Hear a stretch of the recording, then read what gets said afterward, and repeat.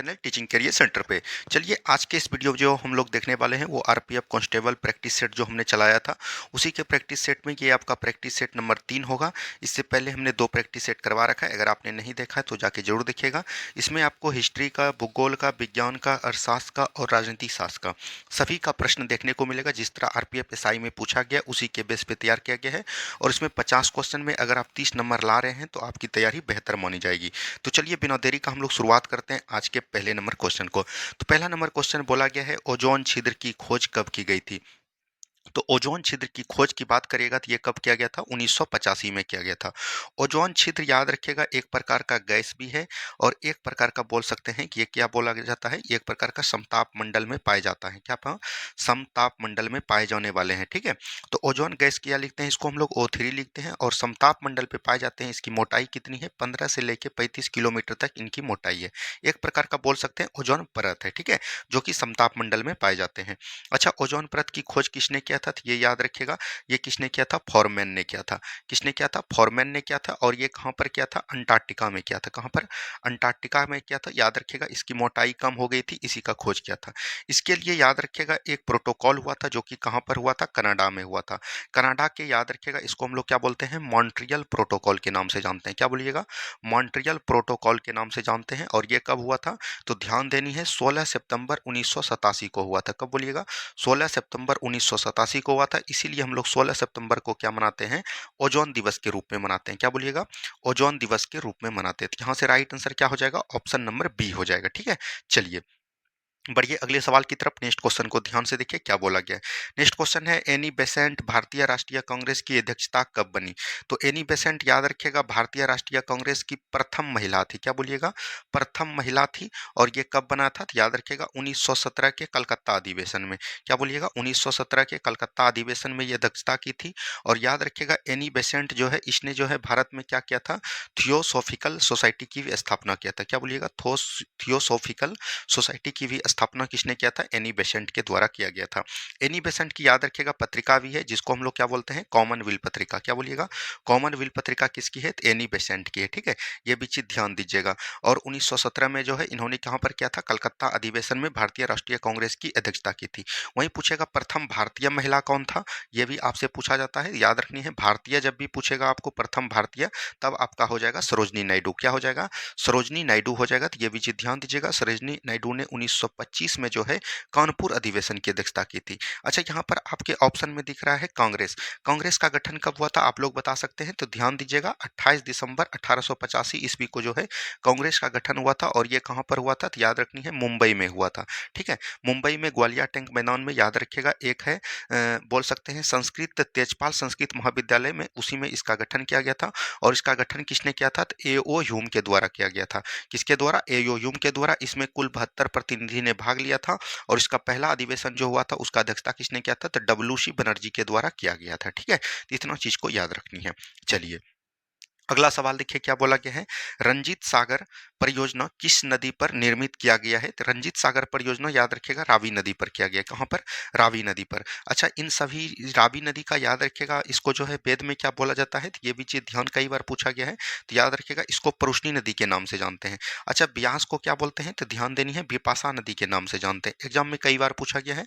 झेलम नदी को हम लोग बितस्ता नदी के नाम से जानते हैं। ठीक है, और सतलज नदी को हम लोग क्या बोलते हैं, सतुद्री नदी के नाम से जानते हैं।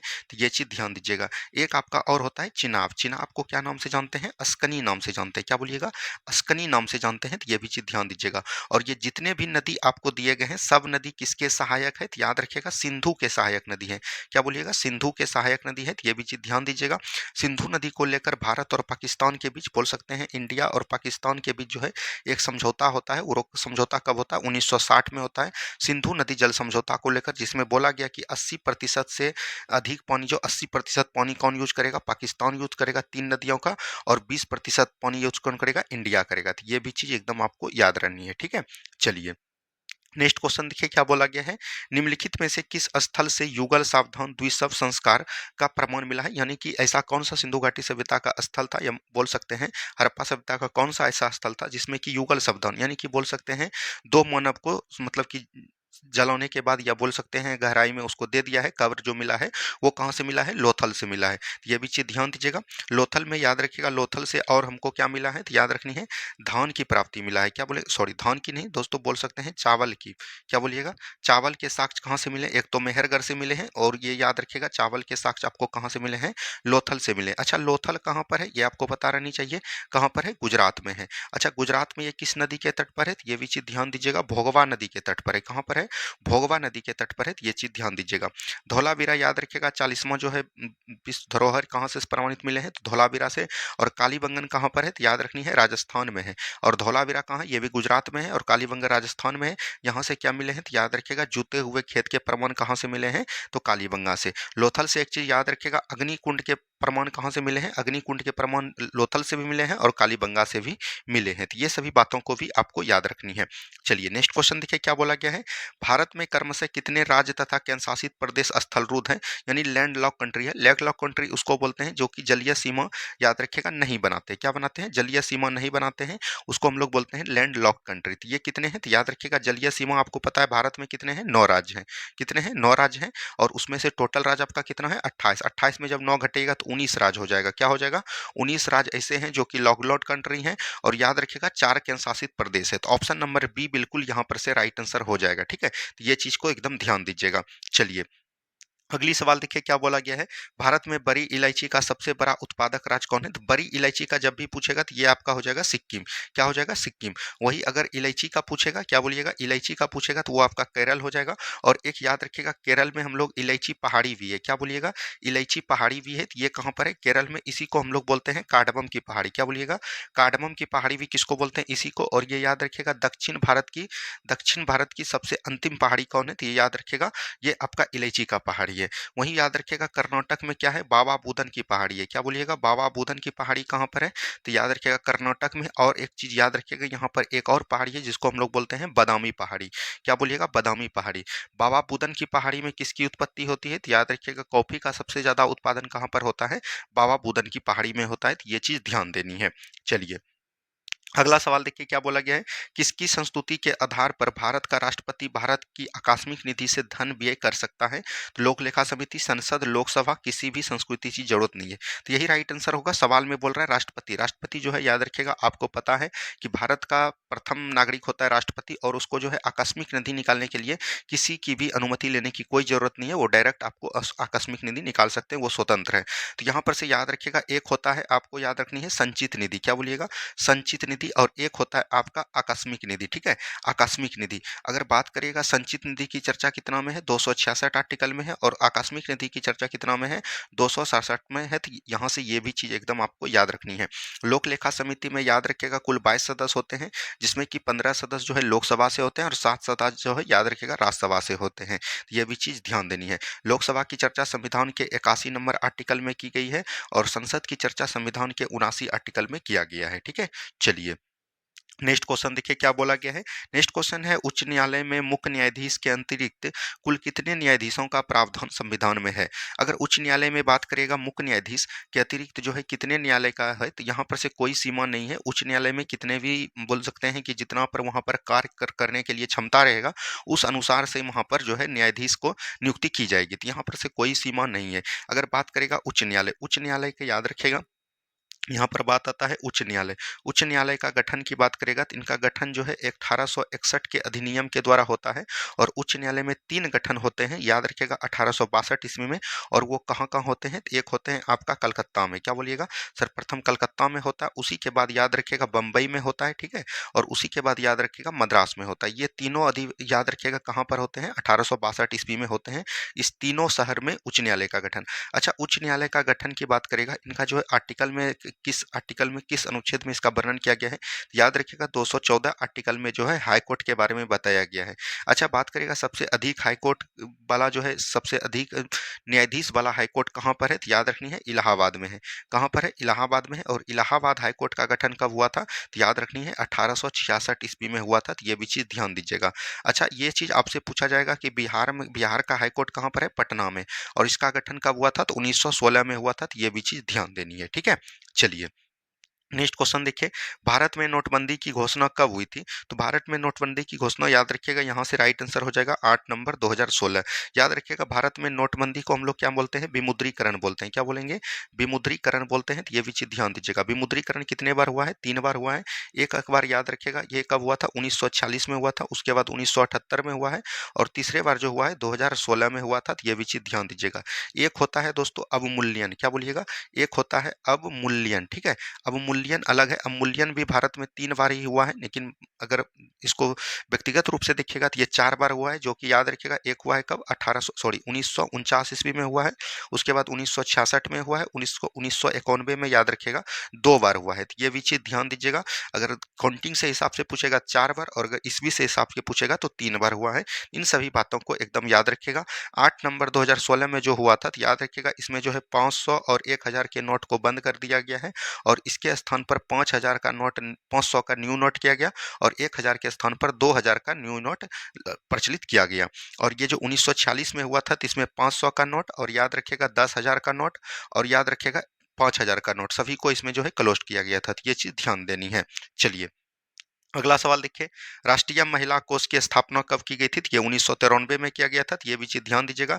राष्ट्रीय महिला का अगर आपको पूछेगा प्रथम अध्यक्ष कौन था, तो ये भी पूछ सकता है। अगर प्रथम अध्यक्ष पूछेगा तो ये याद रखिएगा जयंती पटियाला हो जाएंगे। तो ये भी चीज ध्यान दीजिएगा। और अगर अभी वर्तमान में पूछेगा, वर्तमान में अगर पूछेगा अभी था कौन वर्तमान में? रेखा शर्मा था। क्या बोलिएगा? रेखा शर्मा। लेकिन रेखा शर्मा को अभी नियुक्त कर दिया है, और उसके स्थान पर किसको लाया गया है? तो याद रखनी है, ये शायद विजय हटाकर था, हटाकर था। ये चीज ध्यान दीजिएगा। इसका नाम देख लीजिएगा, विजया किशोर हटाकर इसका पूरा नाम है, ठीक है। चलिए नेक्स्ट क्वेश्चन की बात बढ़िएगा। नेक्स्ट क्वेश्चन देखिए क्या बोला गया है, विश्व में सर्वप्रथम जीएसटी फ्रांस में कब लागू किया गया था? फ्रांस में लागू कब किया गया था? तो 1954 में किया गया था। तो राइट आंसर हो जाएगा ऑप्शन नंबर डी। लेकिन याद रखिएगा, भारत में जो जीएसटी कब लागू किया गया था, तो ये भी चीज ध्यान देनी है। तो 1 जुलाई 2017 को, कब बोलिएगा? 1 जुलाई 2017 को लागू किया गया था। अच्छा, भारत ने जो है कहाँ से लाया था? तो याद रखनी है, कनाडा देश से अपनाया था। कहाँ से? कनाडा देश से अपनाया था। जीएसटी, जीएसटी का फुल फॉर्म क्या होता है? तो याद रखनी है गुड्स एंड सर्विस टैक्स। क्या बोलिएगा? गुड्स एंड सर्विस टैक्स होता है। तो ये भी चीज ध्यान देते हुए चलनी है। कई बार जो है आपको यहाँ पर इसका फुल फॉर्म भी पूछ देता है। अच्छा, जीएसटी कैसा कर है? तो याद रखनी है अप्रत्यक्ष कर है। क्या बोलिएगा? अप्रत्यक्ष कर है। अच्छा, जीएसटी के बारे में संशोधन हुआ था, तो याद रखिएगा 101वां संविधान संशोधन हुआ था, और बिल पूछेगा तो 122वां याद रखिएगा, ठीक है। अगर बात करेगा जीएसटी के उल्लेख जो है, एक होता है जीएसटी काउंसिल। क्या बोलिएगा? जीएसटी काउंसिल, इसको हम लोग बोलते हैं जीएसटी परिषद। तो इसका चर्चा है जो है 279 के ए में किया गया है, और जीएसटी की चर्चा जो है संविधान के किस अनुच्छेद में किया गया है? तो 246 आर्टिकल में किया गया है। तो इन सभी बातों को ध्यान दीजिएगा। जीएसटी कितने प्रकार के होते हैं? तो 5 प्रकार के होते हैं। तो ये भी चीज ध्यान दीजिएगा। एक होता है 0%, उसके बाद आपका होता है 5%, उसके बाद होता है 18%, उसके बाद होता है 28%। ये भी चीज ध्यान देनी है, ठीक है। तो इस तरह से एक होता है 12%। तो इस तरह से जीएसटी को एकदम आपको याद रखनी है। चलिए नेक्स्ट क्वेश्चन देखिए क्या बोला गया है, एक बुद्धिमान भिखारी और दो ऋषियों शौनक व अभी अभी प्रत्रिन के बीच संवाद की कहानी निम्न में से किस ग्रंथ से की गई है? तो ये याद रखिएगा छंदोक उपनिषद से की गई है। उपनिषद की संख्या कितनी है? तो ये भी चीज ध्यान दीजिएगा। उपनिषद की संख्या अभी आपको पता होनी चाहिए कि कितना है, लगभग 108 है। तो ये भी चीज ध्यान दीजिएगा, ठीक है। 108 या 18, ये थोड़ा सा कंफ्यूजन है, इसमें एक बार देख लीजिएगा। वेद की चर्चा कितनी है दोस्तों? वेद की चर्चा 4 है, वेदांग की चर्चा 6 है, उपनिषद की संख्या 108 है। तो ये चीज ध्यान दीजिएगा। और ये जो एक जवालोपनिषद दिख रहा है, जवालोपनिषद में याद रखिएगा, इसमें जो है उस समय व्यक्ति का जीवन 100 वर्ष तक था, इसी के उपलक्ष्य में कराया गया था। जिसमें कि याद रखिएगा 0 से लेके 25 वर्ष को ब्रह्मचर्य बताया गया था, 25 से लेके 50 तक गृहस्थ बताया गया था, ठीक है। और 50 से लेके 75 तक जो इसमें बताया गया था, ये वानप्रस्थ बताया गया था। और 75 से लेके 100 साल तक के लिए क्या बताया गया था? सन्यासी बताया गया था। तो ये भी चीज एकदम आपको ध्यान देते हुए चलनी है, ठीक है। एक याद रखिएगा, एक था नागसेन। क्या बोलिएगा? नागसेन था। और एक था याद रखिएगा, बोल सकते हैं उसको बोलते हैं मिनोंडर। क्या बोलेंगे? मिनोंडर। मिनोंडर और नागसेन की वार्तालाप को किसमें अपनाया गया है? तो याद रखिएगा मिलिंद पन्हों में। किसमें बोलेंगे? मिलिंद पन्हों में। ये भी चीज ध्यान देते हुए चलनी है। कई बार एग्जाम में ये भी पुस्तक के बारे में बताया गया है, ठीक है। चलिए अच्छा, मंडूकोपनिषद है, तो इसमें हम लोग क्या लिए थे? सत्यमेव जयते कहाँ से लिए थे? तो याद रखिएगा मंडूकोपनिषद से लिए गए थे, ठीक है। चलिए नेक्स्ट क्वेश्चन देखिए क्या बोला गया है। नेक्स्ट क्वेश्चन यहाँ पर दिया गया है, विश्व पुस्तक एवं कॉपीराइट दिवस कब मनाया जाता है? तो ये याद रखनी है 23 अप्रैल को मनाया जाता है। कब मनाया जाता है? 23 अप्रैल को मनाया जाता है। तो ये चीज एकदम आपको ध्यान दीजिएगा। अच्छा, विश्व पुस्तक मेला कहाँ पर मनाया जाता है, तो ये भी पूछा जाएगा, तो याद रखनी है न्यू दिल्ली में मनाया जाता है। कहाँ पर? न्यू दिल्ली में मनाया जाता है। ठीक है, चलिए नेक्स्ट क्वेश्चन देखिए, फ्रैंक किस देश की मुद्रा है? फ्रैंक आपको पता है स्विट्जरलैंड की मुद्रा है। जापान की मुद्रा क्या है? तो याद रखनी है येन है। क्या है? येन है। इंडोनेशिया की मुद्रा क्या है? तो याद रखिएगा रुपया है। क्या बोलिएगा? रुपया है, तो ये चीज ध्यान दीजिएगा। और आयरलैंड का क्या हो जाएगा? यूरो हो जाएगा। ठीक है, चलिए अगली सवाल को देखिए क्या बोला गया है, राष्ट्रीय पशु के रूप में बाघ को कब अपनाया गया? देखिए बाघ के लिए जो है एक आता है टाइगर प्रोजेक्ट। क्या बोलिएगा? टाइगर प्रोजेक्ट आता है, तो ये चीज ध्यान दीजिएगा। और टाइगर प्रोजेक्ट कब लाया गया था? तो 1973 ईस्वी में लाया गया था। और 1973 ईस्वी से जो है याद रखिएगा बाघ को क्या बताया गया? राष्ट्रीय पशु के रूप में अपनाया गया। तो यहाँ से हो जाएगा। अच्छा, सबसे अधिक बाघ वाला जो है राज्य किसको बोलते हैं? बाघ वाला राज्य किसको बोलते हैं? तो याद रखिएगा एमपी को कहते हैं। किसको कहते हैं? एमपी को कहते हैं। तो ये भी चीज ध्यान दीजिएगा। सबसे पहला जो राष्ट्रीय उद्यान था बाघ के लिए वो याद रखिएगा कौन हो जाएगा? जिम कॉर्बेट हो जाएगा। क्या हो जाएगा? जिम कॉर्बेट राष्ट्रीय उद्यान हो जाएगा। तो ये सभी बातों को एकदम याद रखिएगा। अच्छा, बाघ के लिए जो बाघ मैन किसको बोलते हैं? टाइगर मैन ऑफ इंडिया किसको बोलते हैं? तो ये चीज ध्यान दीजिएगा, कैलाश साखला को बोलते हैं। क्या बोलिएगा? कैलाश साखला को बोलते हैं, जो कि ये आपका जो है आरपीएफ एसआई पूछा था। ठीक है, चलिए नेक्स्ट क्वेश्चन देखिए, तृतीय दिल्ली दरबार में के आयोजन के समय भारत के गवर्नर जनरल कौन थे? बात करिएगा दिल्ली दरबार। दिल्ली दरबार कितने बार हुए हैं दोस्तों? 3 बार। पहला, दूसरा और तीसरा। ये चीज ध्यान दीजिएगा, तीनों दिल्ली दरबार के बारे में आपको पूरा जानकारी रहना चाहिए, तभी आपका प्रश्न बन पाएगा। तो पहला दिल्ली दरबार कब हुआ था? 1877 ईस्वी में हुआ था। और दूसरा दिल्ली दरबार कब हुआ था? तो याद रखनी है 1903 में हुआ था। और तीसरा की बात करेगा तो 1911 में हुआ था। पहला दिल्ली दरबार के समय गवर्नर कौन थे? याद रखनी है लीटन थे। और दूसरे समय कौन थे? करजन थे। और तृतीय समय कौन थे? तो याद रखिएगा लॉर्ड हार्डिंग द्वितीय थे। कौन थे? हार्डिंग द्वितीय थे। तो ये चीज ध्यान देनी है। तो ऑप्शन नंबर सी बिल्कुल राइट आंसर आपका हो जाएगा। ठीक है, बात करिएगा तृतीय दिल्ली दरबार में क्या हुआ था, तो याद रखिएगा बंगाल का जो डिवीजन किया गया था, यानी कि विभाजन किया गया था 1905 में, उसी के द्वारा याद रखिएगा बंगाल विभाजन को रद्द किया गया था। और तृतीय दिल्ली दरबार जो लगाया था किसके स्वागत में? तो याद रखनी है जॉर्ज पंचम। क्या बोलिएगा? जॉर्ज पंचम। और याद रखिएगा मैरी के स्वागत में तृतीय दिल्ली दरबार लगाया गया था। तो ये चीज ध्यान देनी है। चलिए अगला सवाल देखिए क्या बोला गया है। अगला सवाल बोला गया किस राज्य सरकार ने इतवाड़ी स्टेशन का नाम बदलकर नेताजी सुभाष चंद्र बोस इतवाड़ी करने का फैसला किया है? तो ये महाराष्ट्र सरकार ने। किसने किया था? महाराष्ट्र सरकार ने। तो ये चीज ध्यान देनी है। चलिए अगला सवाल देखिए, एक तत्व के एक्स के बाह्यतम कक्षा में 4 इलेक्ट्रॉन है, तो एक्स के बाह्यतम कक्षा में कितना इलेक्ट्रॉन हो गए? 4 इलेक्ट्रॉन हो गए। तो हाइड्रोजन के साथ हाइड्रोजन का कितना होता है? 1 होता है। ठीक है, यहाँ पर से इस यौगिक का सूत्र क्या होगा? तो इसका यहाँ चल जाएगा और इसका यहाँ चल जाएगा। ये आपको पढ़ा होगा, X1 और H4 हो जाएगा। तो 1 नहीं लिखेगा तो X1 H4 हो जाएगा। ऑप्शन नंबर डी हो जाएगा। क्या हो जाएगा? ऑप्शन नंबर डी हो जाएगा। ठीक है, चलिए अगला सवाल देखिए, हरे फलों को कृत्रिम रूप से पकाने के लिए कैल्शियम कार्बाइड का प्रयोग किया जाता है क्योंकि यह उत्पन्न करता है एसिटिलीन। क्या करते हैं? एसिटिलीन। और प्राकृतिक रूप से जो है इसमें एक होते हैं, याद रखिएगा इसमें हार्मोन होते हैं, उसको हम लोग क्या बोलते हैं? इथिलीन बोलते हैं। क्या बोलते हैं? इथिलीन। इथिलीन हार्मोन की याद रखिएगा के कारण जो है फल पकते हैं। ठीक है, ये चीज ध्यान दीजिएगा। वृद्धि ऑक्सीजन के लिए क्या बोलते हैं? वृद्धि हार्मोन किसको बोलते हैं? ऑक्सीजन हार्मोन को हम लोग क्या बोलते हैं? वृद्धि हार्मोन बोलते हैं। ठीक है, चलिए अगला सवाल देखिए क्या बोला गया है, पादप कोशिकाएं जंतु कोशिकाएं से किसकी अनुपस्थिति के कारण भिन्न होती है? तो पादप कोशिकाएं जंतु कोशिका में याद रखेगा एक तो कोशिका भित्ति के लिए होता है। क्या बोलेंगे? पादप कोशिका में कोशिका भित्ति पाई जाती है जो कि जंतु कोशिका में नहीं पाई जाती है। और ये याद रखेगा तारक केंद्र जिसको हम लोग बोलते हैं सेंट्रियोल, इस तरह से होता है। इसको हम लोग बोलते हैं सेंट्रोसोम। क्या बोलते हैं? सेंट्रोसोम।